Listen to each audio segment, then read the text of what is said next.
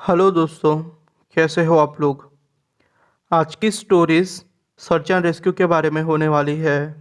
तो उम्मीद करता हूँ कि आपको ये स्टोरीज पसंद आएगी। तो आंखें बंद कर लीजिए और ईयरफोन्स लगा के मेरी स्टोरीज को इमेजिन कीजिए, आपको मज़ा आएगा।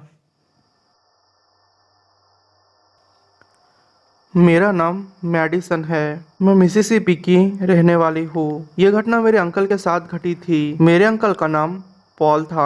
मैं मेरे अंकल के बारे में कुछ बातें आपको बताना चाहती हूँ। मेरे अंकल ज़्यादातर वक्त आसपास के नदियों में या तो फिर जंगलों में गुजारते थे। वो अपना ट्रक लेके जाते और कहीं भी पार्क करके यहाँ वहाँ घूमते, कुछ दिन वहाँ पे गुजार के वापस आते।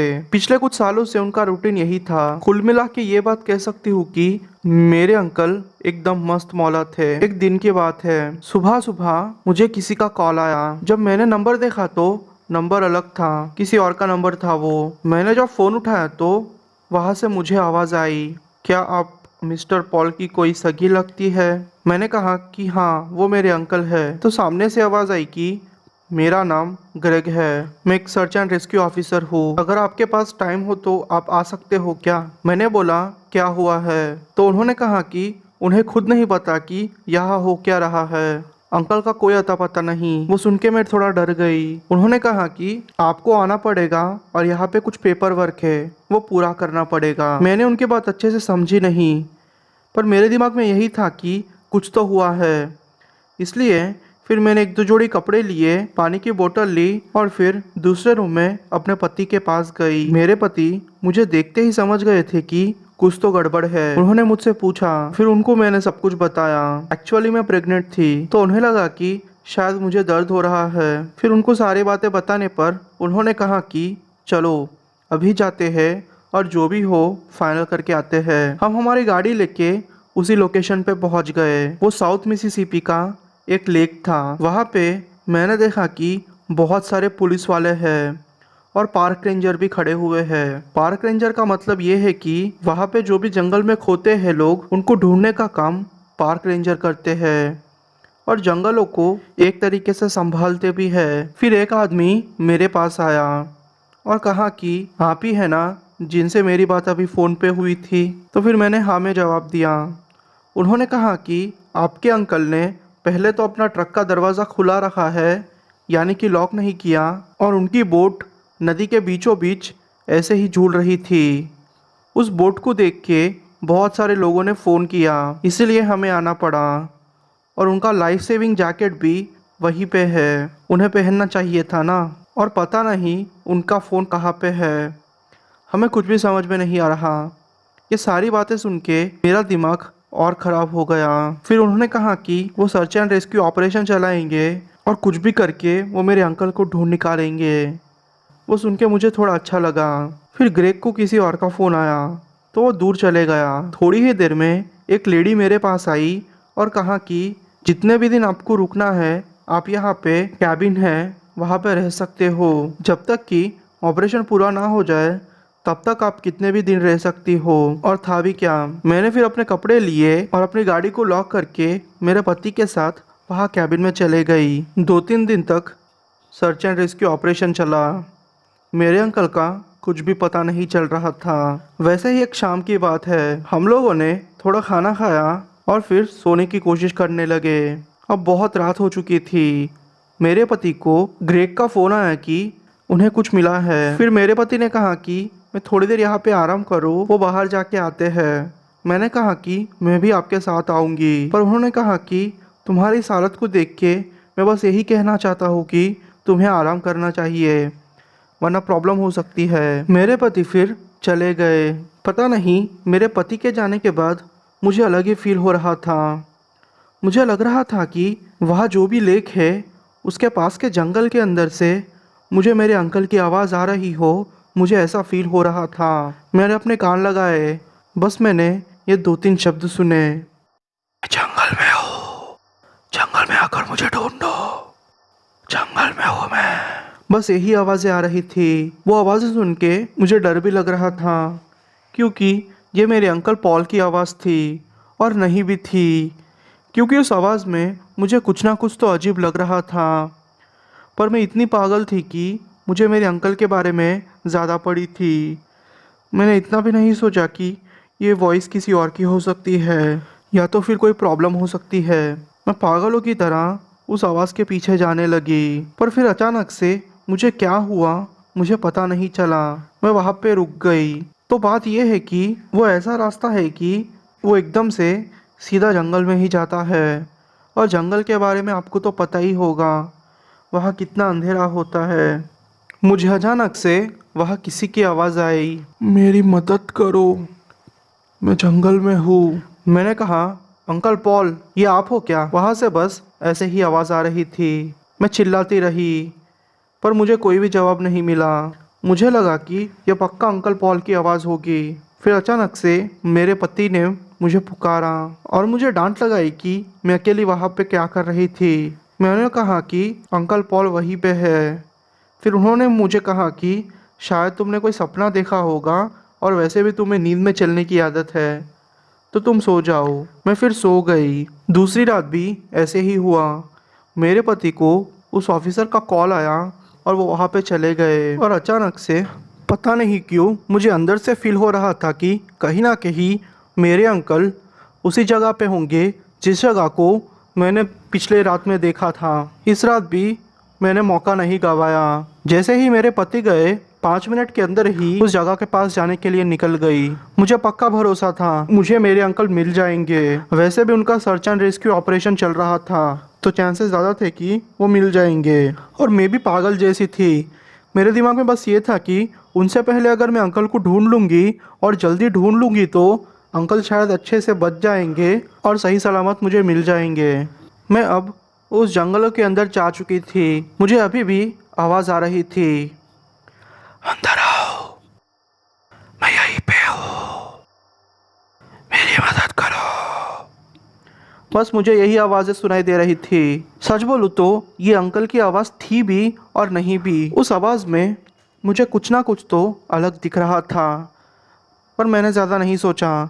मैंने सोचा कि शायद किसी जानवर ने अंकल को मारा होगा, इसलिए अंकल नीचे पड़े होंगे और मुझे बुला रहे होंगे। जैसे ही 5-10 मिनट मैं आगे बढ़ते गई, मैं और अंदर चले गई, और मैंने मेरे सामने देखा कि एक बड़ा सा साया मेरे सामने खड़ा हुआ है। जब वो साया धीरे धीरे मेरे सामने आया तो मुझे पता चला कि ये मेरे अंकल नहीं है, ये तो कोई और ही जानवर है।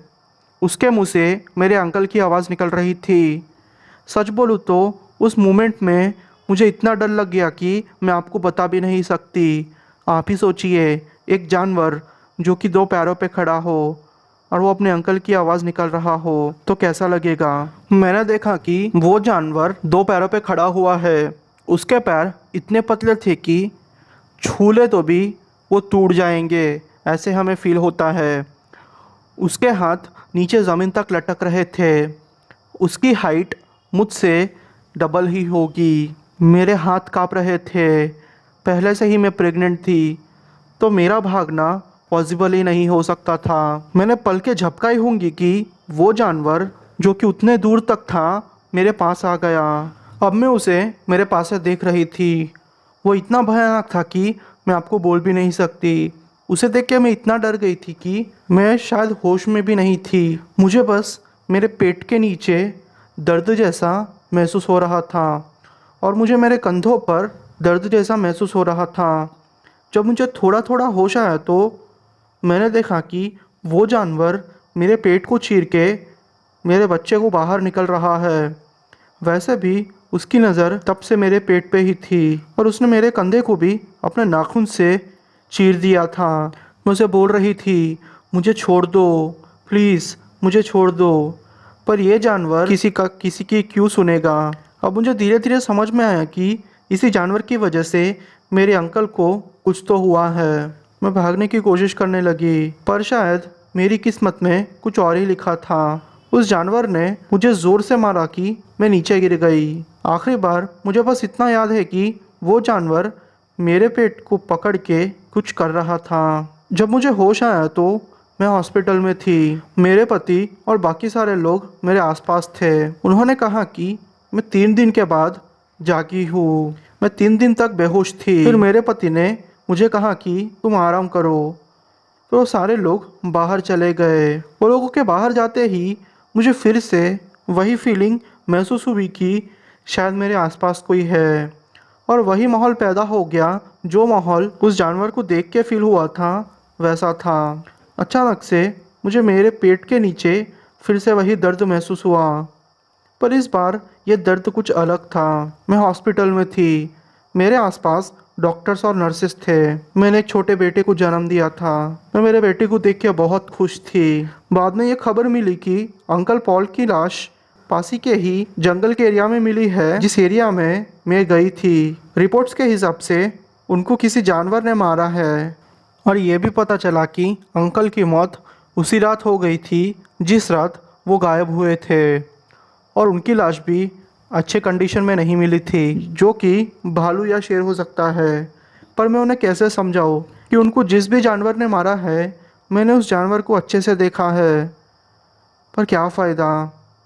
यह सर्च एंड रेस्क्यू ऑपरेशन मेरी ज़िंदगी का सबसे घटिया एक्सपीरियंस था और डरावना एक्सपीरियंस था। मैंने मेरे अंकल पॉल को खो दिया था। काश मैं उन्हें कह पाती कि मैं उनसे बहुत प्यार करती थी। मैं उनके बिना अब अधूरी हूँ, पर अब कोई फ़ायदा नहीं। मेरा नाम मार्टिन है और मेरी उम्र 55 साल की है। मैं जो घटना के बारे में आपको बताने जा रहा हूँ, शायद आप इस पर विश्वास नहीं करोगे। शायद इस चीज़ के बारे में आपको कभी किसी ने बताया भी नहीं होगा। जंगल में हमारे साथ कुछ ऐसी घटनाएं घटती है जिसके बारे में हम किसी से कुछ नहीं कह सकते। क्या आपने कभी टाइम ट्रैवल किया है? मैंने किया है। तो ये कहानी एक फ़ोन कॉल से शुरू होती है। हमें खबर मिली थी कि एक छोटा बच्चा अपने माँ बाप से जुदा होके कहीं खो गया है। मैंने फिर अपने 6 लोगों की टीम बनाई और फिर जहाँ से हमको फ़ोन आया था हम लोग वहाँ चले गए। उस छोटे से बच्चे के माता पिता ने हम लोगों को उस बच्चे की फ़ोटो शेयर की और सारी बातें बताई। उन्होंने कहा कि उनका बेटा सुबह में टेंट से बाहर टॉयलेट करने को निकला था। उसके साथ उसके पापा भी बाहर निकले थे, पर जैसे ही उन्होंने पलकें झपकाई, 1 सेकंड में उनका बेटा गायब हो गया। उन्हें पता नहीं चला कि उनका बेटा गया कहाँ है। उन्होंने 2-3 घंटे तक ढूंढा, पर उनके बेटे का अता पता नहीं मिला। उस बच्चे की माँ का बहुत बुरा हाल था, वो रोई ही जा रही थी। हम लोगों ने उनको दिलासा दिया कि आप चिंता मत कीजिए, चाहे कुछ भी हो जाए, हम उस बच्चे को ढूंढ के ही रहेंगे। मैंने फिर मेरी टीम ली और फिर 3-3 लोगों में बंट के 2 अलग अलग दिशाओं में जाने लगे। वैसे हम लोगों को भरोसा नहीं था कि वो बच्चा जिंदा भी होगा, क्योंकि उसके माँ बाप के हिसाब से उनका बच्चा जिस तरफ गया है वो सारा एरिया बहुत ख़राब है, यानी कि जंगली जानवर उस एरिया में बहुत रहते हैं। अब ये बात वो लोगों को कैसे समझाए। खैर, हमारा काम ढूंढना था, तो हम ढूंढते ढूंढते जंगल के बहुत अंदर जा चुके थे। हम लोगों ने फिर वहाँ सीढ़ियाँ देखी। अगर आपको सीढ़ियों के बारे में पता नहीं तो आपको पहले उस चीज़ के बारे में मालूम करना चाहिए। मैंने मेरे टीम वालों से कहा कि चाहे कुछ भी हो जाए तुम उस सीढ़ियों के पास मत जाना। हम लोगों ने फिर सारा दिन उस बच्चे को ढूंढा, वो बच्चा हमें कहीं भी नहीं मिला। हम लोगों ने भी आशाएं छोड़ दी थी, फिर भी हम लोगों ने 3-4 दिन तक उस बच्चे को ढूंढा। उस बच्चे के कपड़े, जूते, हमें कुछ भी नहीं मिला था। मैं इतना परेशान हो चुका था कि अब मैं इस केस को बंद करना चाहता था। पता नहीं क्यों मुझे अंदर से फीलिंग आ रही थी कि वो बच्चे का जिंदा रहना बहुत मुश्किल है और हम लोग ढूंढ के हमारा टाइम वेस्ट कर रहे हैं। शायद मैं गलत सोच रहा था, पर पता नहीं मेरे अंदर ये फीलिंग दिन ब दिन बढ़ते ही जा रही थी। आखिरकार वो दिन आ गया। तकरीबन 15 दिन उस लड़के को ढूंढने के बाद हम लोगों ने फिर केस को बंद कर दिया। मुझे अंदर से स्ट्रांग फीलिंग आ रही थी कि वो बच्चा शायद सीढ़ियों के पास गया होगा, या तो फिर सीढ़ियों में से कोई निकल के उस बच्चे को लेके गया होगा। सच बोलूँ तो मुझे कन्फ्यूजन भी था और पक्का भरोसा भी था। ये फीलिंग क्या थी मुझे समझ में नहीं आ रही थी। आखिरकार मैंने ये तय किया कि अब चाहे कुछ भी हो जाए, बहुत हुआ। मैं कुछ भी करके अब उस बच्चे को ढूंढ के ही रहूँगा और इस सीढ़ियों के पास जाकर देखूंगा कि आखिर चक्कर क्या है। मेरी लाइफ में खोने के लिए मेरा कोई नहीं था, मैं बस अकेला था। इसलिए मैंने तय किया कि मुझे चाहे कुछ भी हो जाए, किसी को कोई फ़र्क पड़ने वाला तो नहीं। जान जोखिम में डाल के मैं वहाँ जाके आता हूँ। मैंने फिर मेरा बेस्ट फ्रेंड जो कि सर्च एंड रेस्क्यू ऑफिसर था, हम दोनों मिलके उन सीढ़ियों के पास गए। मैंने कहा कि देखो दोस्त, अगर मुझे कुछ भी हो जाए, या तो फिर उस सीढ़ियों के ऊपर से तुम्हें खून दिखे, या तो फिर मेरे चिल्लाने की आवाज़ आए, चाहे कुछ भी हो जाए, तुम सीढ़ियों पे आने की कोशिश मत करना। बस यही खड़े रहना और रिकॉर्ड करना कि आखिर हो क्या रहा है। शायद हमें ये काम आएगा। मेरा दोस्त भी मेरी बात मान गया। वो सीढ़ियाँ कुछ ऐसी थी, आपने पुराने जमाने का घर देखा ही होगा, लकड़ियों का घर। वो सीढ़ियाँ भी ऐसी लकड़ियों की बनी थी जैसे कि पुराने जमाने की हो। वैसे मैं आपको बता दूं, जंगलों में अलग अलग टाइप की सीढ़ियाँ रहती है। खैर, मैं इन सीढ़ियों के बारे में आपको फिर कभी बताऊंगा। मैंने मेरे दोस्त को उन सीढ़ियों से 5 फुट दूर रहने को कहा। मैं धीरे धीरे उन सीढ़ियों के पास जा रहा था। मुझे अंदर से घबराहट सी महसूस हो रही थी। मैं जितना भी उन सीढ़ियों के पास जा रहा था, उतना ही मेरा कनेक्शन जैसे इस दुनिया से टूट रहा था। मैंने अपनी सेफ्टी के लिए मेरे दोस्त के साथ ब्लूटूथ कनेक्ट किया था, पर जैसे ही मैं उन सीढ़ियों के पास पहुंचा, वो ब्लूटूथ का कनेक्शन जैसे कट हो चुका था। मुझे उसकी आवाज़ सुनाई नहीं दे रही थी। शायद उसको भी मेरी आवाज़ सुनाई नहीं दे रही थी, पर मैंने उसे मना किया था कि चाहे कुछ भी हो जाए, तुम मेरे पास मत आना। मैंने बहुत सालों तक सर्च एंड रेस्क्यू की सर्विस की है, सीढ़ियों के बारे में अलग अलग स्टोरी सुनी है, पर आज मैंने ज़िंदगी में मैंने ये चीज़ एक्सपीरियंस भी की है। जैसे ही आप सीढ़ियाँ चढ़ोगे, आपके दिल की धड़कनें तेज़ हो जाएगी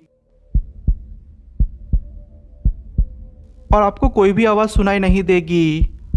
और जब आप उसकी चोटी पर पहुंचोगे तो जैसे कि वैक्यूम होता है, वैसे आपको फीलिंग आएगी। ना कोई हवा, ना कोई आवाज़। आपकी आवाज़ किसी को शायद सुनाई भी ना दे। मैंने मेरा टाइमर भी सेट किया था। वो अब 4 मिनट का मुझे इशारा कर रहा था। मैंने हर 4 मिनट का अलार्म रखा था।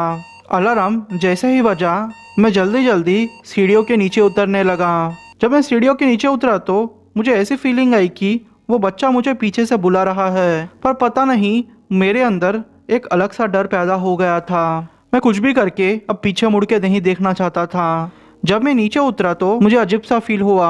अगर और डिटेल में बताऊँ तो मुझे कुछ एग्जैक्टली ऐसे फील हो रहा था, और मैंने ये सारी चीज़ें देखी थी जब मैं सीढ़ियाँ चढ़ा था। उन सीढ़ियों का जैसा मैंने पहला कदम चढ़ा, मुझे वही टी शर्ट मिली जो कि उस बच्चे ने उस दिन पहनी थी। मुझे उस टी शर्ट के बारे में उसके माँ बाप ने कहा था। अब मेरा शक यकीन में बदल चुका था। वो सीढ़ियाँ ऐसी थी कि वो ऊपर ही जा रही थी और दूसरी तरफ कुछ भी नहीं था।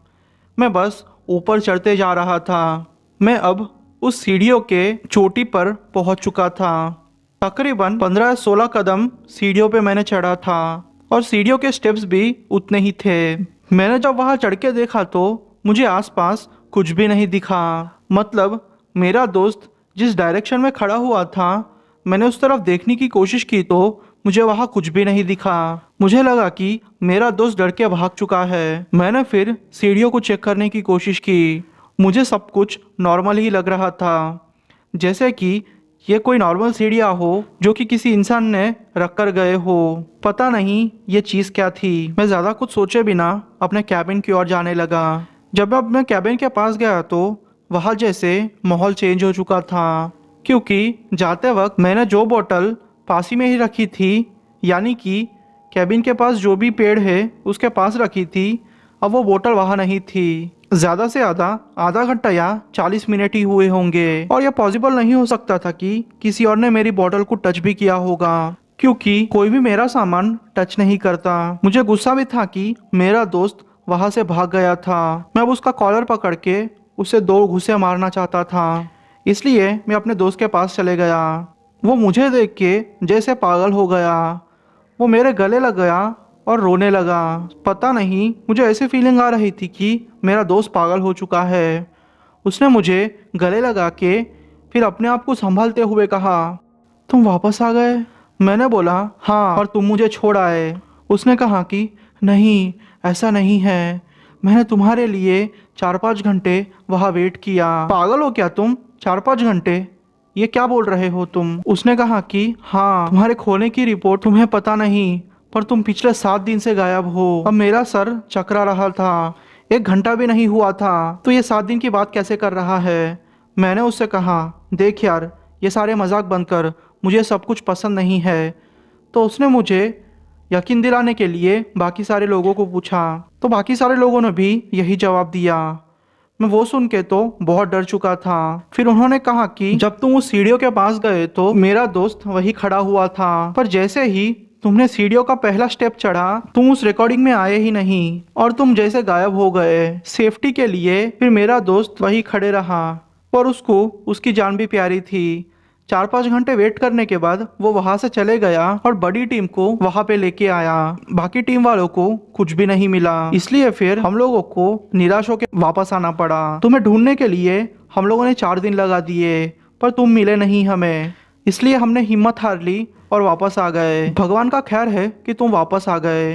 ये सारे लोगों की बात मुझे हजम नहीं हो रही थी। मुझे सचमुच लग रहा था कि मैंने टाइम ट्रैवल किया है, पर पता नहीं, मैं तो बस यही कंक्लूजन पे आया हूँ कि ये जो भी सीढ़ियों का चक्कर है वो पक्का किसी टाइम ट्रैवलर ने रख के गया हो। वो ये चेक करना चाहता है कि अभी के लोग कैसा रिएक्ट करते हैं और शायद हम पर एक्सपेरिमेंट भी होते हो, शायद उस बच्चे पर भी ऐसे एक्सपेरिमेंट हुए हो। मेरा शक तो अब यकीन में बदल गया है कि ये सीढ़ियों का चक्कर किसी एलियन का नहीं, पर पक्का किसी टाइम ट्रैवलर का होगा, यानी कि समय यात्री का। जो भी हो, मेरी जान बच गई थी। मैंने उसके बाद अपनी नौकरी छोड़ दी और अब मैं छोटे से स्टोर में काम कर रहा हूँ, क्योंकि मैं नहीं चाहता था कि मेरे दिमाग पे इस चीज़ का असर पड़े। और जब से मैं उस चीज़ से बाहर आया हूँ मेरी तबीयत बहुत ख़राब रहती है। पता नहीं इसका कारण क्या है। मैं मर ना जाऊँ और ये स्टोरी किसी तक ना पहुँचे, इसलिए मैंने इस स्टोरी को पहले से ही लिख के रखा है। अगर आप ये स्टोरी पढ़ रहे होंगे तो अब तक मैं मारा गया होऊंगा। Thank you. ये स्टोरी मेरे अंकल की है। वो एक सर्च एंड रेस्क्यू ऑफिसर थे। उनके साथ जो भी घटा वो सच था या झूठ मुझे कुछ भी नहीं पता, पर मैं एक बात कह सकता हूँ, मेरे अंकल कभी झूठ नहीं बोलते।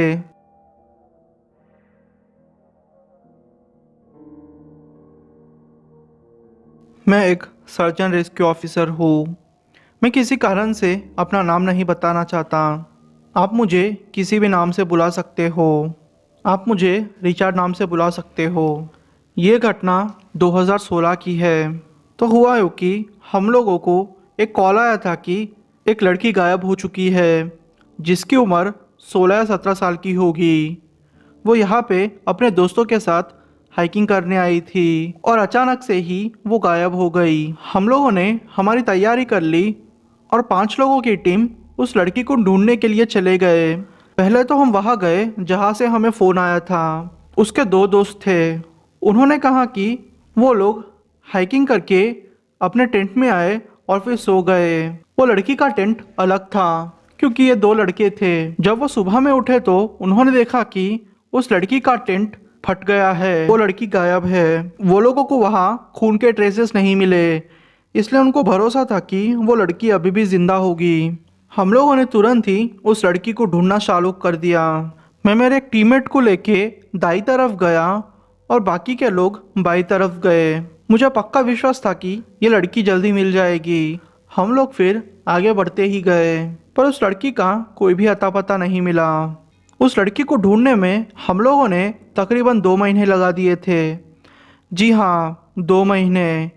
हम लोगों को ऊपर से ऑर्डर आए थे क्योंकि वो लड़की का केस हाई प्रोफाइल केस था, यानी कि वो लड़की किसी सेलिब्रिटी की कोई खास थी। हम लोगों ने उसे बहुत ढूंढा पर कोई भी फ़ायदा नहीं हुआ। आखिरकार हम लोगों ने यह तय किया कि हम लोग ये केस बंद कर देंगे, पर मेरे एक टीममेट ने कहा कि सर क्यों ना हम लास्ट बार ट्राई करें और वहाँ साउथ में जाके देखिए कि वो लड़की मिलती है या नहीं। मैंने इस बारे में वैसे सोचा नहीं था, पर मैंने सोचा कि एक बार ट्राई करने में क्या जाता है। हम लोग साउथ की तरफ निकल गए। साउथ का पार्ट ये था कि वहाँ पे बहुत लंबे लंबे पेड़ थे और वहाँ पे लोगों का जाना भी मना था, इसलिए सोच भी नहीं सकते थे कि वो लड़की वहाँ भी गई होगी। खैर, हम लोग फिर उस साइड के 2 या 3 किलोमीटर तक अंदर चले गए। तकरीबन 3-4 घंटे बिताने के बाद हम लोगों को उस लड़की का एक भी सुराग नहीं मिला।